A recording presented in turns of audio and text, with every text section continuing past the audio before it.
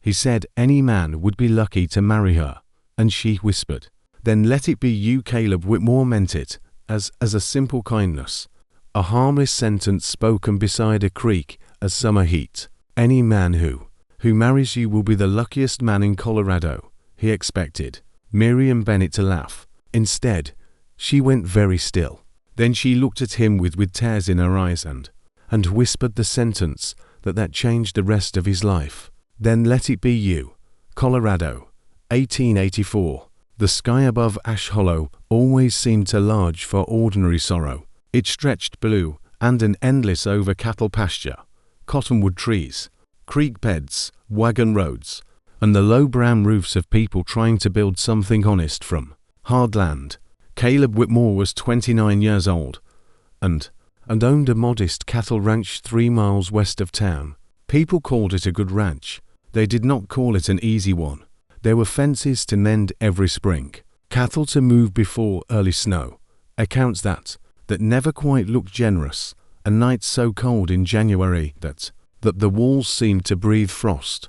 Caleb knew all of it. He knew where the north pasture dipped to low after rain. He knew which cow would kick or approached from the left. He knew how long a man could work with a cracked rib before pride became stupidity. He knew how to live alone. That was the part everyone mistook for strength. His mother had died 7 years earlier. His father had followed 2 winters later, leaving Caleb the ranch, to debts, an old Bible, and a kitchen table with one chair worn smooth from years of use. Since then, Caleb had done what men like him were praised for doing. He worked, he paid, he endured. He spoke when speech was needed and kept quiet when it was not. Women in Ash Hollow called him dependable. Older men called him solid. Children liked him because he always had peppermint drops in his coat pocket after Sunday service. But no one called him happy. Not even Caleb.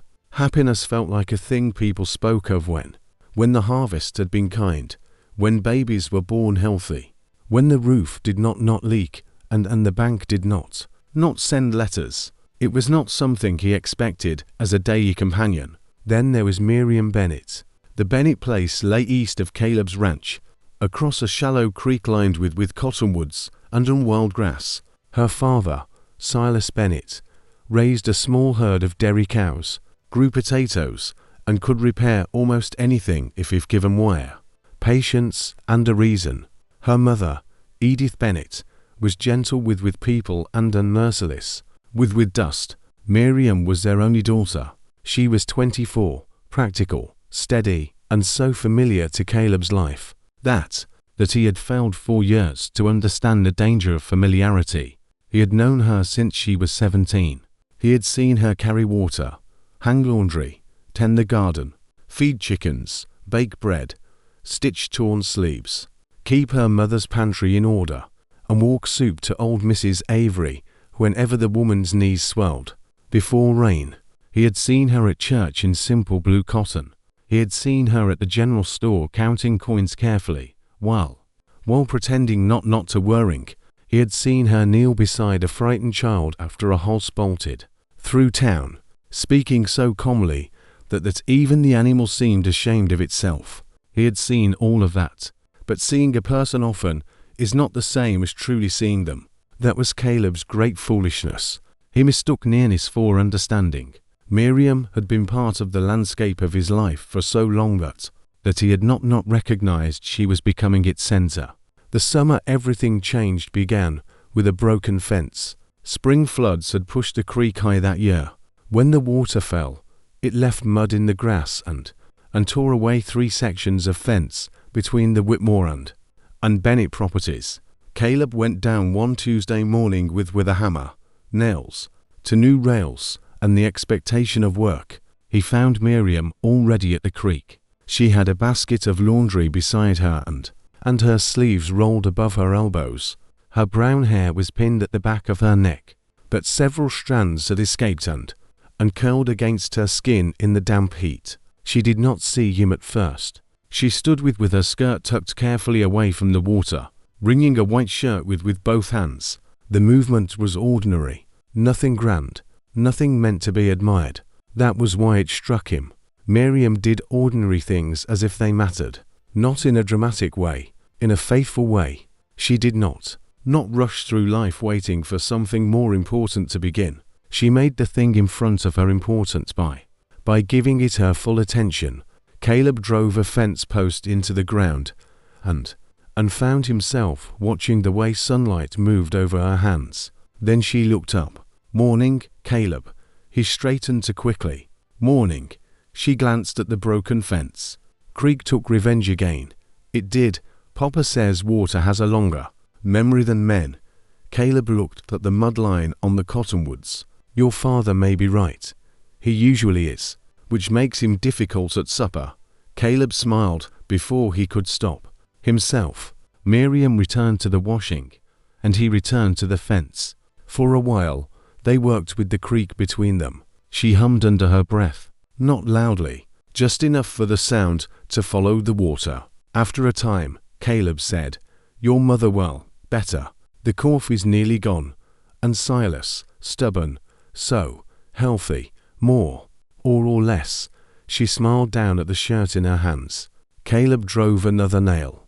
The conversation should have ended there. It usually did.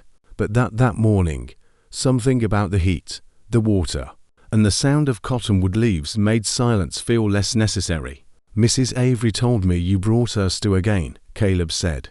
"She told you." "She told everyone at the mercantile." Miriam sighed. "She was supposed to eat it, not announce it. She said it had dumplings." "She exaggerates." "She said they saved her life." "They were very good dumplings." Caleb laughed. Miriam looked up as if the sound surprised her. It surprised him too. The fence between them was still half broken, but something else had shifted. He did not know what to call it yet. So he called it a pleasant morning and kept working. The Ash Hollow Summer Social came 2 weeks later. In a small town, a social was not simply a dance. It was a public inventory of hope. Who had grown tall? Who had grown tired? Who had put up new curtains? Who had bought a new hat? Who might be courting whom? Who might be pretending not to? Caleb went because everyone went. Also because his foreman, Thomas Pike, told him that a man who only spoke to cattle would eventually start thinking like one. The social was held in the schoolhouse yard. Lanterns hung from ropes between trees. Tables were covered with pies, preserves, roasted chicken, bread, pickles, and every version of cake the county could produce. Old Mr. Dunleavy played fiddle. Mrs. Harrow played piano through the open schoolhouse window. Children ran until someone cried, then ran again. Caleb stood near the well with a cup of cider and watched people move through lantern light.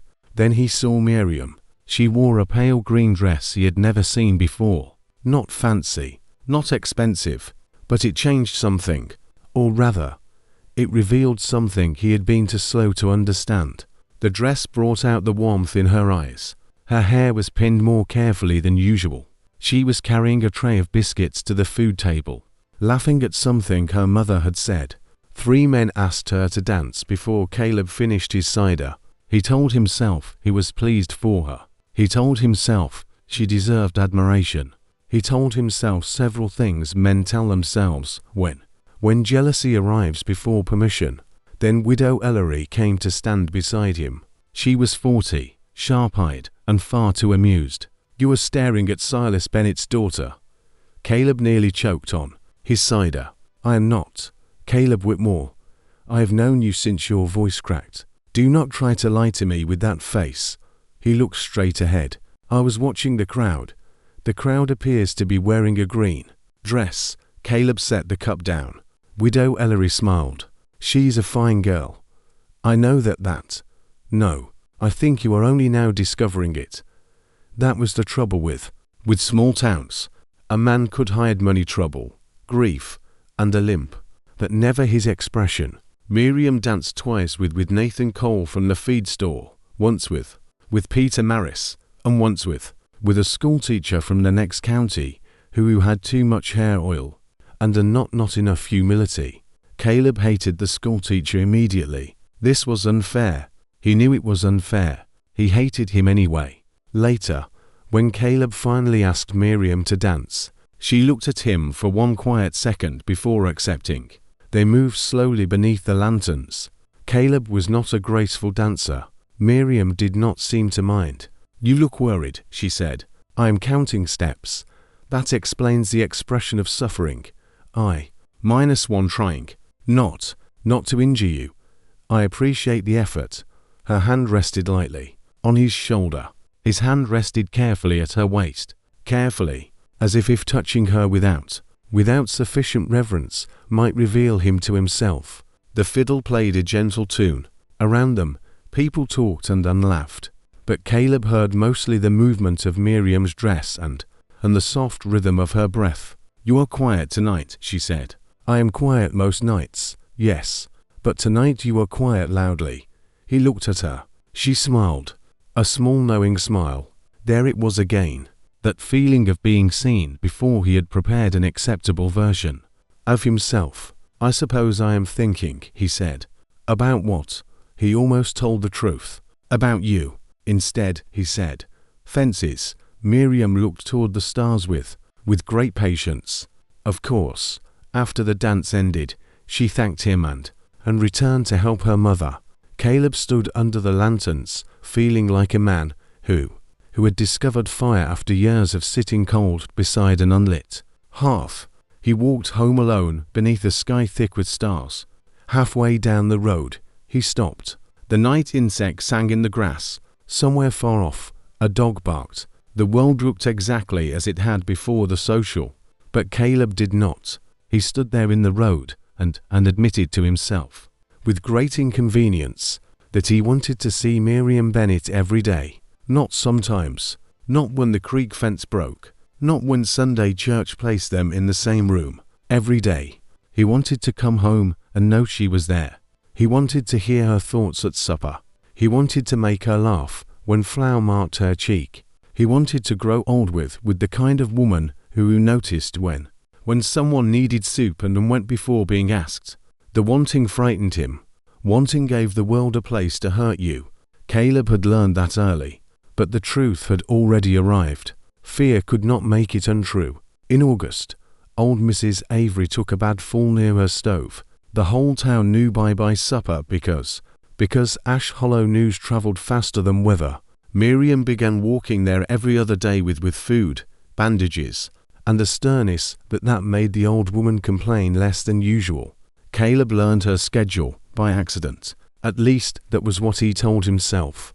The second time he saw Miriam walking alone with a basket on her arm, he rode over from the south pasture and dismounted near the road. "Mind company?" She looked at him with surprise she tried to hide. "Do you have time?" "I can make time." That answer pleased her. He saw it before she lowered her eyes. They walked to Mrs. Avery's cabin together. The road was dusty. The sun was high. Grasshoppers clicked through the weeds. Miriam spoke of the Henderson corn coming in poorly, of how the creek crossing would need stones before winter, of how Mrs. Avery pretended not to need help until someone arrived, and then immediately needed everything. Caleb listened. He had listened to men discuss cattle prices, rail schedules, feed shortages, and politics with less interest than he gave Miriam talking about creek stones. She was not loud. She did not try to impress, but her mind was alive, practical, observant, kind without being foolish. At the cabin, Mrs. Avery sat in a rocker with one foot propped on a stool and suspicion in her eyes. "I do not need to nurses," she said. Miriam set the basket down. "Good, because you have none. You have a neighbor and a rancher." Mrs. Avery looked at Caleb. "Did she bring you because you finally grew sense?" Caleb removed his hat. "I am not certain, ma'am. Honesty. Better than sense, some days." Miriam's face turned pink. Mrs. Avery saw it and smiled like a woman who had just found entertainment delivered to her door. While Miriam heated stew, Caleb repaired the loose shutter and chopped kindling. When he came inside, Mrs. Avery was watching Miriam in the kitchen. Then she looked at Caleb. A woman like that does not wait forever. Miriam froze by the stove. Caleb looked down at his hat. "No, Mum, you know what I mean. I am beginning to. Mrs. Avery nodded. Beginning is late, but better than never. Miriam made a sharp sound in the kitchen that might have been a cough. On the walk home, neither mentioned it, but silence had changed between them. It was no longer empty. It was full of things waiting to be brave. September brought cooler mornings, longer shadows, and the smell of dry grass. The creek ran lower now, clear over stones. One afternoon, Caleb found Miriam there again, washing sheets and humming the same tune he had first heard in July. He had been mending the last weak rail near the water. She looked tired that day, not unhappy, just worn in the way capable people become worn because everyone trusts them to keep being capable. Caleb watched her lift a heavy wet sheet and felt tenderness rise so sudden and fierce it stole his breath. You should let someone help with that, he said. She glanced at him. Are you offering? Yes. You know laundry is dangerous work for a cattleman's pride. I'll risk it, she laughed. And together they wrung the sheet across the creek, each holding one end. Water twisted out in silver streams. The work was awkward at first, then easy. Afterward, Miriam spread the sheet over a line stretched between two cottonwoods. Caleb stood beside the fence with wet cuffs, and the strange satisfaction of having helped with something that did not belong to his world, and yet felt like it should. Miriam wiped her hands on her apron. You are improving. At laundry. At being useful outside cattle and fences. That is high praise. It is. She said it so plainly, that he smiled. Then he looked at her, really looked at her, and the sentence came before caution could stop it. Any man who marries you will be the luckiest man in Colorado. He meant it as admiration, a simple truth, a sentence placed gently in the afternoon air. Miriam went still. Her hands rested on the clothes basket. The creek moved between them. A cottonwood leaf spun slowly down and landed near Caleb's boot. He realized too late that he had said something dangerous. Miriam, he began. She lifted her eyes. There was fear in them. But not only fear, there was courage too. The kind that arrives shaking but still arrives. Then let it be you, she whispered. Caleb did not move. The world did. Somehow. The water kept running. The sheet moved in the breeze. A hawk circled above the west pasture. But Caleb stood completely still on his side of the fence, staring at the woman he had almost missed by being too careful with his own heart. Miriam's face flushed. I should not have said that. Yes, he said quickly. She looked wounded. He stepped closer to the fence. I mean, yes, you should have. I am glad you did. She gripped the basket handle. You are, I am. He looked down, then back at her. I have been slow. A small, unexpected smile touched her mouth. Yes, you knew. I have hoped. For how long? She looked toward the creek. Longer than would preserve my dignity. Caleb laughed softly. Not because it was funny, but because something inside him had loosened after years of being tied too tight. I do not want to make a careless promise, he said. I am not asking for one. I know. He swallowed. I want to come call on you properly. With your father's permission. If you will allow it. Miriam's eyes shone. Papa has been wondering when you would find the gate. The gate. To our porch. Caleb looked. Toward the Bennett house beyond the cottonwoods. He knew. Most people did. This was terrible news. Miriam looked almost pleased to deliver it. I thought I was private. You were quiet, she said. Not invisible. He carried that sentence home like a lantern. The next evening, Caleb washed, shaved, put on his best shirt, and walked to the Bennett house with less confidence than he had shown during any storm, cattle drive, or bank meeting. Silas Bennett was waiting on the porch. That answered several questions. He sat in a wooden chair with his pipe unlit in one hand, looking out over the road as if he had been expecting a weather change. Evening, Caleb. Evening, Mr. Bennett. Miriam said you might come by. Caleb removed his hat. I would like permission to call on your daughter. Silas studied him. For a long moment, there was only the sound of crickets and And Edith moving dishes inside the house. You care for her? Yes, sir. Finally know it. Caleb accepted the blow. Yes, sir. Silas nodded slowly. That girl has a heart built for staying. That is a precious thing. But men sometimes mistake staying women for waiting women. They are not the same. Caleb held his gaze. I understand. Do you? I am starting to. And I know starting is not enough. Silas looked toward the barn, then toward the creek. Miriam has worked hard in this house. Harder than some sons I have seen in Harrietland and call themselves men by breakfast. She's not furniture to be moved from my house to yours. No, sir. She has opinions, I know. She has a better head for accounts than half the merchants in town. I believe that she will not be happy with a man who wants silence from her. I do not want silence. What do you want? Caleb looked past him. Through the window, he could see Miriam inside the kitchen, pretending not to listen while listening completely. I want her thoughts at my table, he said. Her hands in my life, if she gives them.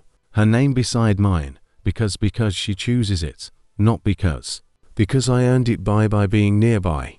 Silas was silent. Then he nodded once. Good answer. Caleb released a breath he had not realized he was holding. Thank you. I did not say yes yet. Caleb straightened. Silas's mouth twitched. But I am going to. Inside the kitchen. Something clattered. Edith said, Miriam Bennett. That was my good spoon. Courtship in Ash Hollow did not look like novels. It looked like shared work. It looked like Caleb arriving early to help Silas repair a wagon wheel. It looked like Miriam sending him home with bread wrapped in cloth, and I'm pretending it was because she had made too much. It looked like Sunday walks after church, never far enough to start gossip, but always long enough to matter. It looked like Caleb asking questions and unlearning that Miriam had thought deeply about nearly everything. She believed the schoolhouse needed another teacher before the younger children were lost in the older children's noise. She believed women should learn accounts because too many widows were left at the mercy of men who made debt sound more mysterious than it was. She believed a winter pantry was a form of prayer. She believed happiness was not found like a coin in the road. It is made, she told him one October afternoon, while they picked apples at the edge of the Bennett orchard, a little each day, and neglected the same way. Caleb held the basket while she reached for a red apple above her head. Have you always known that? No. I learned it watching Mama. Then I learned it again watching women who waited for someone else to make their lives bearable. And you? She placed the apple in the basket. I decided I would rather build. Those words stayed with him. That was Miriam, not waiting to be rescued. Building, quietly, daily, without applause. In late October, Caleb began repairing his ranch house, not because he had asked Miriam to marry him, not yet, but because the house had begun to feel less like a shelter and more like a question. The roof over the kitchen needed patching. The main room floor groaned near the stove. The east wall had one small window that let in almost no morning light. Caleb hired no one. He worked after chores, by lantern, when his hands were already tired, and his shoulders ached. Thomas Pike came by once and found him measuring the east wall. Planning to let the sun in, Thomas asked. Yes. Thomas looked at him for a long moment. For a woman who likes morning kitchens. Caleb stopped measuring. Thomas grinned. You are quiet, not mysterious. I am discovering that, by November, the kitchen had a new window, a wide one facing east. When morning came, light spilled across the table, the stove, and the empty chair that no longer felt permanent. Caleb stood in that light the first morning they were finishing it, and felt afraid again. Not of work, not of weather, of wanting. He had become accustomed to a life that could disappoint him only in familiar ways. Now he wanted something that could break him if lost. That evening, he walked across the field toward the Bennett house for supper. Halfway there, he stopped. The house glowed warm in the dusk. Smoke rose from the chimney. He could see movement in the kitchen window. Miriam. The sight hurt, not painfully, deeply. He understood, standing there in the cold field. That love was not only the sweetness of being received, it was the terror of placing one's future where another person could touch it. For 10 minutes, he stood still. Then he walked forward.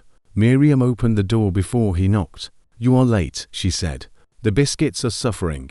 He looked at her face, warm in lamplight, and thought, "I almost let fear make me lonely forever." "I am sorry," he said. "For the biscuits, for being slow." Her expression softened. "Well," she said, "you are here now." That was how Miriam loved, not by pretending the waiting had not happened, by making room for the arrival. He proposed 2 weeks later. He had thought of asking at church after service, then at the ridge above the valley, then in front of both families at supper. All of those felt too polished, too arranged, so he went back to the creek. The cottonwoods were nearly bare by then. The wind carried the smell of cold weather coming. The water ran low and clear over stones. Miriam stood beside him with a shawl around her shoulders. He had his mother's ring in his coat pocket, a small silver band with a pale blue stone. Nothing grand, everything he had. "Miriam," he said. She turned. He had practiced words for 3 days. Most of them abandoned him, so he used the truth. "I know I was late to understand what was in front of me." She watched him quietly. "I know you had more courage than I did. You spoke first when I was hiding behind careful words." Her eyes began to shine. He took the ring from his pocket. "I do not want to spend the rest of my life being careful in ways that cost me joy. I want to build a home with you. I want your thoughts at my table. I want your laughter in my kitchen. I want your hands beside mine in whatever work the years bring." His voice grew rough. "I love you, Miriam Bennett. Will you marry me?" For a moment, she did not answer. Then she smiled through tears. "You got here." He laughed, breathless. "I did, yes," she whispered. "I will marry you." He placed the ring on her finger with hands that were not steady. She looked at it for a long time. Then she looked at him. "It fits. I hoped it would. I meant us." The wind moved through the bare branches. Caleb took her hand. The creek, witness to all their honest sentences, kept moving beside them. Winter was hard that year, harder than expected. Snow came early. Feed ran low across the county. The Bennett cows fell ill, and Caleb lost 3 calves in a storm that came down from the mountains with cruel speed. Engagement did not soften weather. Love did not pay debts by magic, but it changed the way hardship sounded. Caleb was no longer alone at the table with worrying. Miriam came twice a week with her father or mother, always properly, always carrying some practical reason. A basket of mending, a jar of preserves, a list of supplies. One afternoon, she sat at Caleb's kitchen table and looked over his ranch accounts. He had expected politeness. Instead, she frowned. "You are paying too much for feed." Caleb blinked. "I am, yes. Mr. Langley charges you more because you do not ask questions. I ask questions. You ask cattle questions. You do not ask merchant questions." Thomas Pike, who was drinking coffee nearby, nearly choked. Miriam continued marking numbers with a pencil. "If you and Papa buy together, the price drops. If 2 more ranches join, it drops again. We should ask the Maris family." Caleb stared at her. "We." She looked up. "I am marrying a cattle rancher. Am I not?" The word struck him with a warmth so strong he nearly forgot the winter outside. "Yes," he said. "You are. Then I should know how to keep one from being cheated." Thomas leaned back and smiled into his cup. Within a month, Miriam had organized a shared feed purchase among 5 ranch families. By February, she had organized a women's lending cupboard for extra tools, seed, thread, lantern oil, and winter medicines. She said it was only sensible. The town called it remarkable. Miriam disliked the fuss. Caleb loved her more for that. In March, he finally brought her and Edith to see the ranch house properly. Miriam stepped into the kitchen and stopped. Morning light poured through the east window. It touched the scrubbed table, the stove, the empty shelves Caleb had sanded smooth, and the blue curtains Edith had secretly helped him choose. Miriam said nothing. Caleb stood behind her, suddenly nervous. "I thought you might like good light in the mornings." She turned. Her face was very still. Then she crossed the kitchen and took his hand. Not dramatically, not as performance, as if taking hold of something she intended never to misplace. "Thank you," she said. He understood what she meant. Not thank you for the window. Thank you for imagining me here before I arrived. Thank you for making room. Thank you for facing east. They married in April. The day was bright after 3 days of rain. The hills were green, the creek was full, and the cottonwoods had begun to leaf. Half of Ash Hollow came because half of Ash Hollow had been waiting for Caleb Whitmore to stop being foolish. Miriam wore a cream dress her mother had sewn, with small blue flowers embroidered at the cuffs. Silas walked her down the aisle outside the little white church. His eyes were wet, though he pretended the wine caused it. Caleb stood beside Reverend Alden and thought, with absolute clarity, that he had almost missed the greatest thing God had placed near him. Miriam reached him. "You look pale," she whispered. "You look beautiful. That does not answer the concern. I am not going to faint. Good. It would slow the ceremony." He nearly laughed during his own wedding vows. That was when he knew he would be fine. After the ceremony, they ate under long tables set between the church and schoolhouse. Children chased each other through the grass. Thomas Pike gave a toast that began with "finally," and ended with everyone laughing. Mrs. Avery cried loudly and denied it. Widow Ellery kissed Miriam's cheek and told Caleb, "You were slower than winter molasses, but I forgive you." That evening, Caleb brought Miriam home to the ranch. Their ranch. She stepped over the threshold carrying a small carpet bag and a bundle of dried flowers she had pressed from the north pasture. For a moment, neither moved. The house was quiet. The east window held the last soft light of the day. Miriam set down her bag. Then she turned to him. "We are going to be happy here." Not a question. Not a wish. A decision. Caleb took off his hat. "Yes," he said, "we are." The years that followed did not become easy. They became full. That was better. The ranch grew slowly. A new barn in the second year. A better well in the fourth. More cattle after a good season. Fewer after a hard one. Miriam kept the accounts because she was better at them. And Caleb had learned that love did not require pretending otherwise. She also kept building the community around them. The women's lending cupboard became a proper exchange held every month. After church, then it became a relief fund for widows. Then a school supply chest for families who could not spare coins after a bad harvest. Whenever people praised her, Miriam said, "It is only sensible." Caleb stopped arguing. He simply watched her turn sense into mercy and mercy into structure. Their first child came in the spring of their third year. A daughter. They named her Edith after Miriam's mother. She arrived furious, red-faced, and unwilling to sleep unless Caleb walked circles around the kitchen table. While humming badly, Miriam said the baby had his stubbornness. Caleb said she had Miriam's authority. Their second child came 2 years later, a boy named Silas, who spent his early years trying to follow chickens into places no child should go.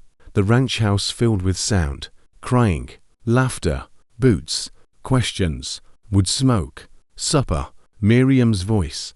Caleb's life, once narrow and efficient, became gloriously inconvenient. One October evening, 5 years after their wedding, Caleb was repairing the creek fence again. Floods still took that section. When spring came hard, some things in life required mending over and over. He no longer resented that.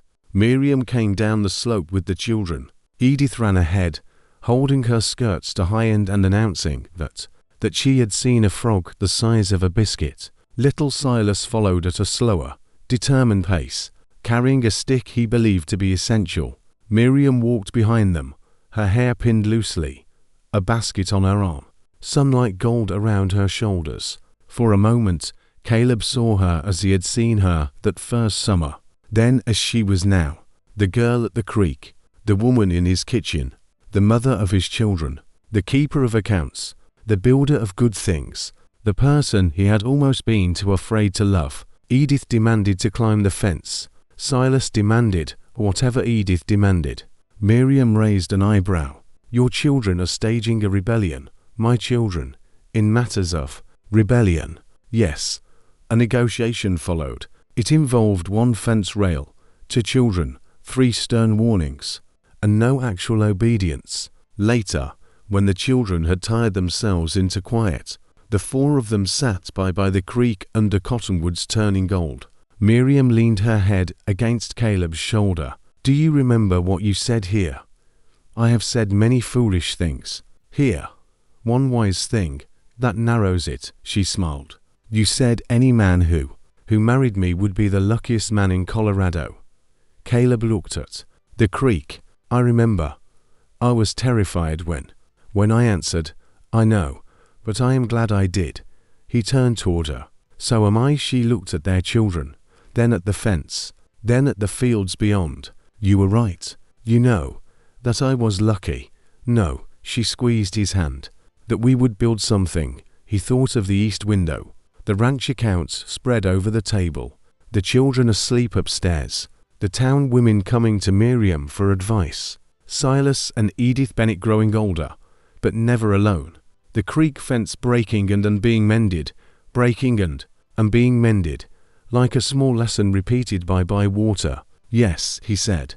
We did. Miriam lifted her face to the last son.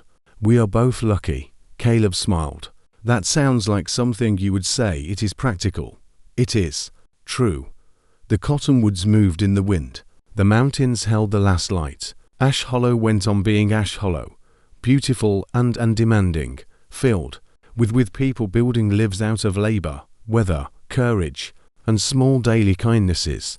Caleb Whitmore sat beside his wife and in children and understood, with the weight of a man who knew what things cost, how close he had come to missing his own life, not because happiness had been far away, because it had been near, so near he had mistaken it for ordinary.